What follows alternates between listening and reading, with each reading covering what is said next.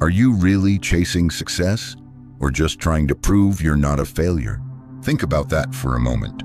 We live in a world where success has become a performance, a spectacle.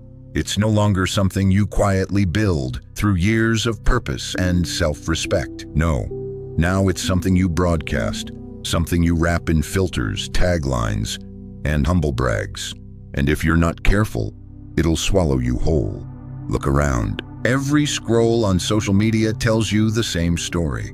The 25-year-old millionaire, the digital nomad sipping cocktails in Thailand, the productivity guru who wakes up at 4:30 a.m., journals, meditates, cold plunges, and somehow runs 3 businesses by lunch. Success today looks like private jets, Rolex watches, $10,000 masterminds, and TikTok-ready lifestyles. Everyone's crushing it. Everyone's living their dream. Everyone's got a side hustle and a 6-figure income stream, or so it seems. But here's the question. If so many people are winning, why does it feel like we're all losing? Why are burnout, anxiety, and depression at an all-time high?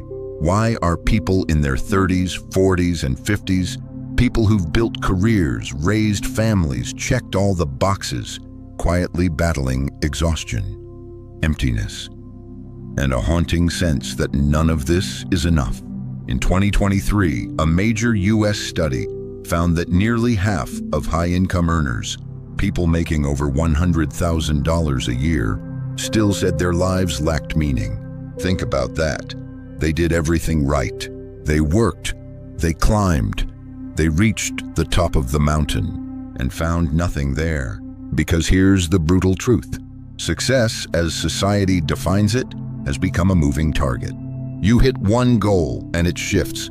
You buy the car, now you need the house. You hit 6 figures, now you need 7. You get the body, now you need the brand. It never ends. It's like pouring water into a cup with a hole in the bottom.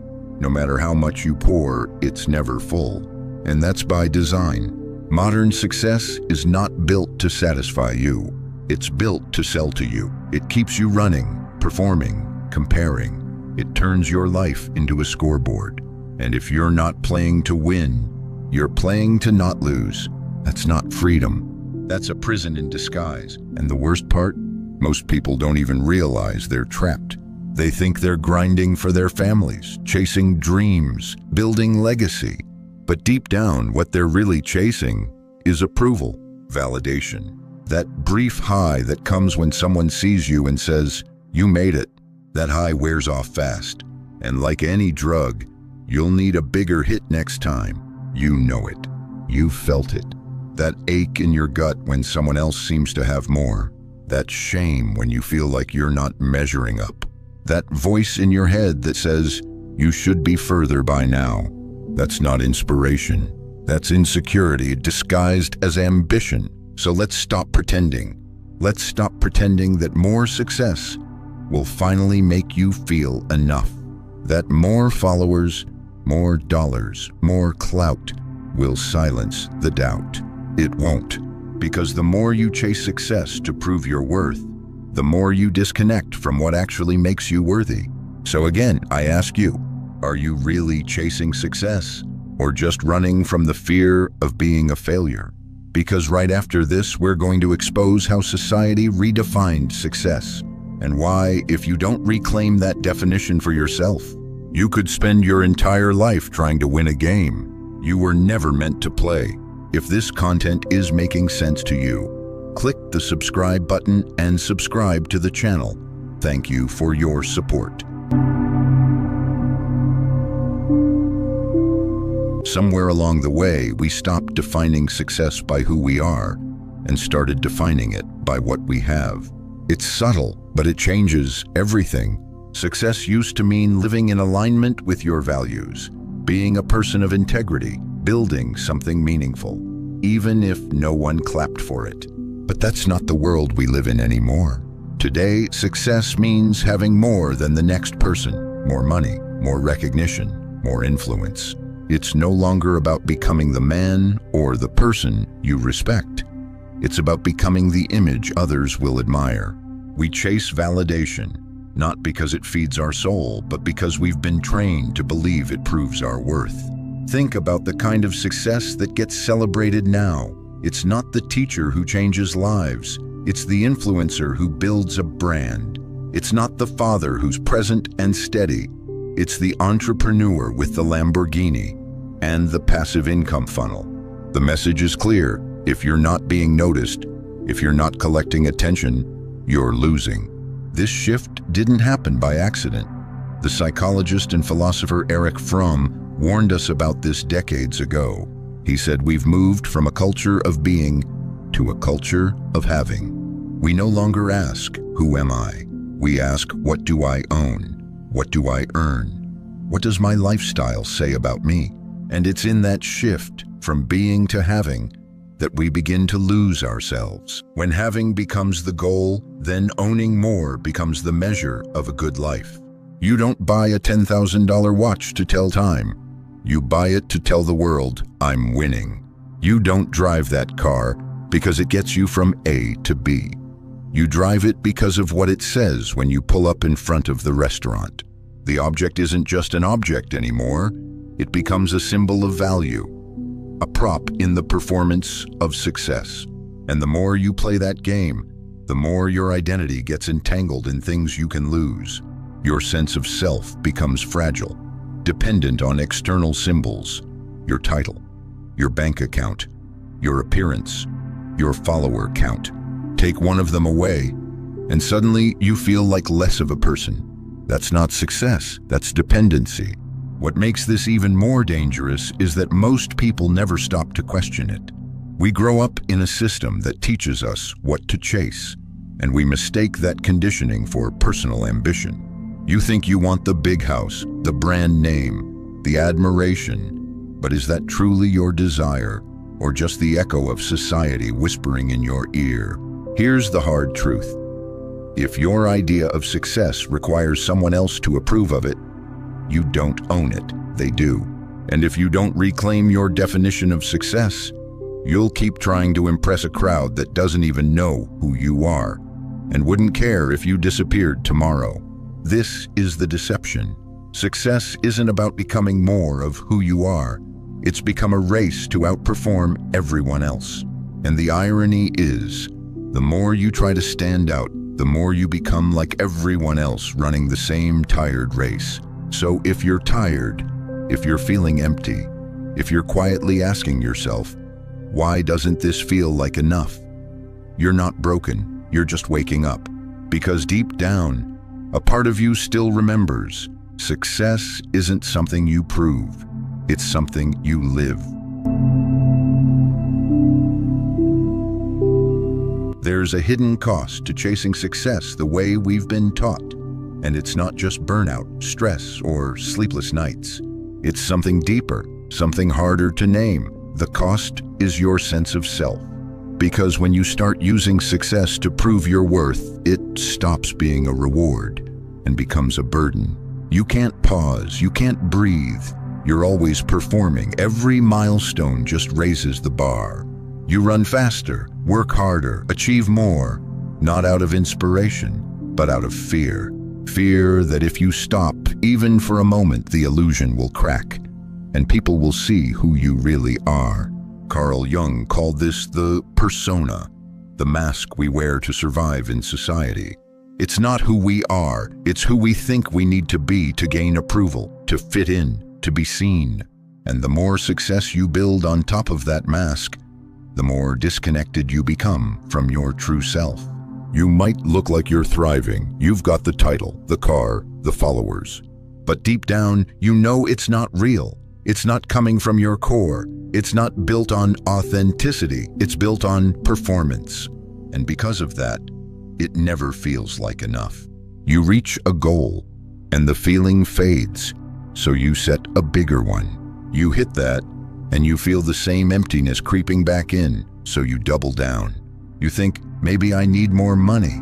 Maybe I need to reinvent myself. Maybe I just haven't pushed hard enough. But the problem isn't the size of your goal. It's the hole it's trying to fill. And that hole can't be filled by achievements. Because the more you rely on success, to validate your identity, the more fragile your identity becomes. Your self-worth starts hanging on outcomes. Your confidence gets tied to applause. Your peace depends on metrics you can't control. It's like pouring water into a cup with a hole in the bottom. No matter how much you pour, it's never full. And the more it leaks, the more desperate you become to refill it. You work harder. You sacrifice more. You silence the parts of yourself that don't fit the image. You ignore the whisper inside that says, "This isn't me." But that voice, that's the real you. The part of you that's tired of pretending. The part that doesn't care about being impressive, only about being whole. The part that remembers what it felt like to be fully alive, before success became a mask you couldn't take off. That's the invisible weight most people carry. It's not the pressure to win, it's the fear of being seen without the armor, of being ordinary, flawed, human. But that's where freedom begins, because the goal isn't to be perfect. The goal isn't to win every game. The goal is to be real and build a life that doesn't collapse when the performance ends. So ask yourself, is the version of success you're chasing actually yours? Or is it just the most acceptable mask you could find? The world doesn't need more perfectly polished success stories. It needs more people willing to take the mask off and live from a place of truth, not fear. Recognition. It sounds harmless, just a little validation, a little praise. But in today's world, it's become a drug, and most of us are hooked without even realizing it. We scroll through highlight reels, we post, we wait, a like, a comment, a share. It hits. Just for a second, we feel seen, valued, like we matter, and then it fades. So we chase the next hit, we sharpen the image, tweak the caption, tell the story in just the right way, not for ourselves, but for the gaze of others. Modern society has quietly rewired us. It's shifted our focus outward. Success is no longer something you feel. It's something others must confirm. It doesn't count unless it's visible, measurable, and praised. It's not about how deeply you live, but how well it performs on a screen. And here's the trap. The more you rely on others to reflect your worth back to you, the less you trust your own reflection. You stop asking, "Do I feel proud?" and start asking, "Do they think I'm impressive?" You stop building a life that feels right and start curating a life that looks right. The worst part, it never ends. Because no matter how much recognition you get, it's never enough. There's always someone with more, a bigger platform, a louder cheer, a shinier trophy. And so you hustle harder, not because you're inspired, but because you're afraid to fall behind. Schopenhauer once wrote that human beings are driven by a blind will, a force that pulls us endlessly toward what we don't have, while making us forget what we do. We want success, and once we get it, we want more. We want approval, and once we taste it, we crave the next dose. It's a loop, a treadmill, and the moment you step on, it starts speeding up. That blind will doesn't care about your peace. It doesn't care about your purpose. It only wants movement, more, next, again. And if you're not careful, it will run your entire life. Recognition becomes the god. Not fulfillment, not meaning, just applause. You start performing for the crowd, dimming the parts of yourself that don't get cheers, exaggerating the ones that do. You stop living from the inside out and start living from the outside in. And the scariest thing, most of us don't even know we're doing it. We think we're chasing goals. In truth, we're chasing permission. Permission to feel worthy, to feel seen, to feel like we finally made it. But here's the question, made it to what? If your success only exists in someone else's eyes, is it really yours? Recognition isn't evil. We all want to be seen. But when being seen becomes the only thing that makes you feel real, you've lost touch with who you actually are. The moment your worth depends on applause, you've handed your life over to strangers. So maybe it's time to stop asking how many people approve and start asking whether you do. We've been taught to think of success as a mountain, a climb, a summit. You hustle, you grind, you sacrifice, and one day, if you're lucky, you reach the top. But maybe we've had it all wrong. What if real success isn't a peak? What if it's a pause, not the point where you have the most, but the point where you stop needing more? Not where you prove something, but where you finally don't need to prove anything at all. That's the shift. Success isn't about climbing higher. It's about knowing when to stop climbing. It's the quiet confidence of someone who no longer needs the world to clap for them, who can sit in a room, alone, unfiltered, and still feel whole. It's not loud, it's not flashy, it doesn't need an audience, because real success is not what others see. It's what you see when you look in the mirror. Do you respect the person staring back? Do you know them? Do you trust them? That's rare in today's world. We're so busy being what others want us to be. We forget who we are. We put on masks, we build personas, we become characters in our own story. Polished, impressive, hollow. Carl Jung called this the persona, the version of ourselves we present to the world. But behind it, always, is the shadow, the parts of us we hide, deny, or reject.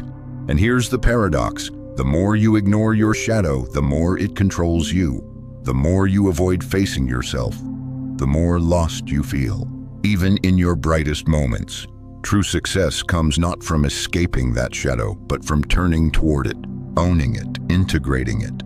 When you stop running from the parts of you that feel unworthy and start accepting them, you become whole. And that's when the chase ends. Let me give you an example. There's a man who spent years building a career that impressed everyone. Top school, high salary, perfect resume. But every night he came home feeling empty. He couldn't explain it. He had everything he was supposed to want, but none of it felt like his. One day he left, not in some dramatic blaze, but in a quiet, intentional step away. He started painting again. Something he hadn't done since college. No one clapped, no one cared, but for the first time in years, he did. That man didn't give up. He woke up. He stopped chasing the version of success the world sold him and started listening to the version that spoke from within. That's freedom. When success is no longer about achievement, but alignment. Not about being impressive, but being authentic. It's about knowing your value, even when no one's watching. It's about feeling enough. Not because someone said so, but because you finally believe it yourself. And that kind of success, it doesn't come with a trophy, it comes with peace. So maybe the question isn't, how do I win more? Maybe it's, what can I finally let go of? Maybe real success isn't the top of the mountain. Maybe it's the moment you stop climbing and start coming home to yourself. So let me ask you something. When you wake up every morning and chase what you call success, are you doing it for you? Or because deep down you're afraid of what you'd be without it? Are you building a life you truly believe in? Or just trying to outrun the fear of being seen as a failure? Most people never pause long enough to ask that. The treadmill moves too fast. Slowing down feels like weakness. And in a world obsessed with performance, the worst thing you can do is stop performing. But if you always need success to feel valuable, what does that really mean? It means somewhere deep inside, you don't believe you're valuable without it.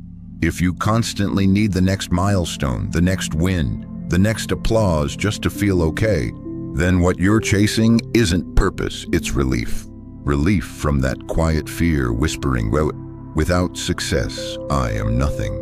That's not drive. That's fear dressed up as ambition. That's a prison with golden walls, and it's dangerous. Because as long as your sense of worth is tied to what you achieve, you'll never feel safe unless you're achieving. You'll never rest unless you're ahead, and you'll never feel free.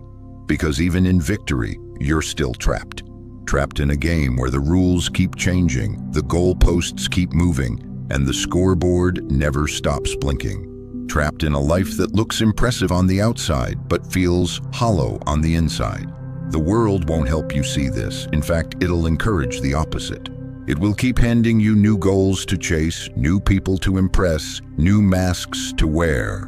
But you can step away from that. You can reclaim your story. You can remember that real success isn't about winning. It's about arriving. Arriving in your life, fully present, without needing to perform. It's about knowing who you are when no one's watching, and liking that person, trusting that person, standing with that person, even when the world turns away.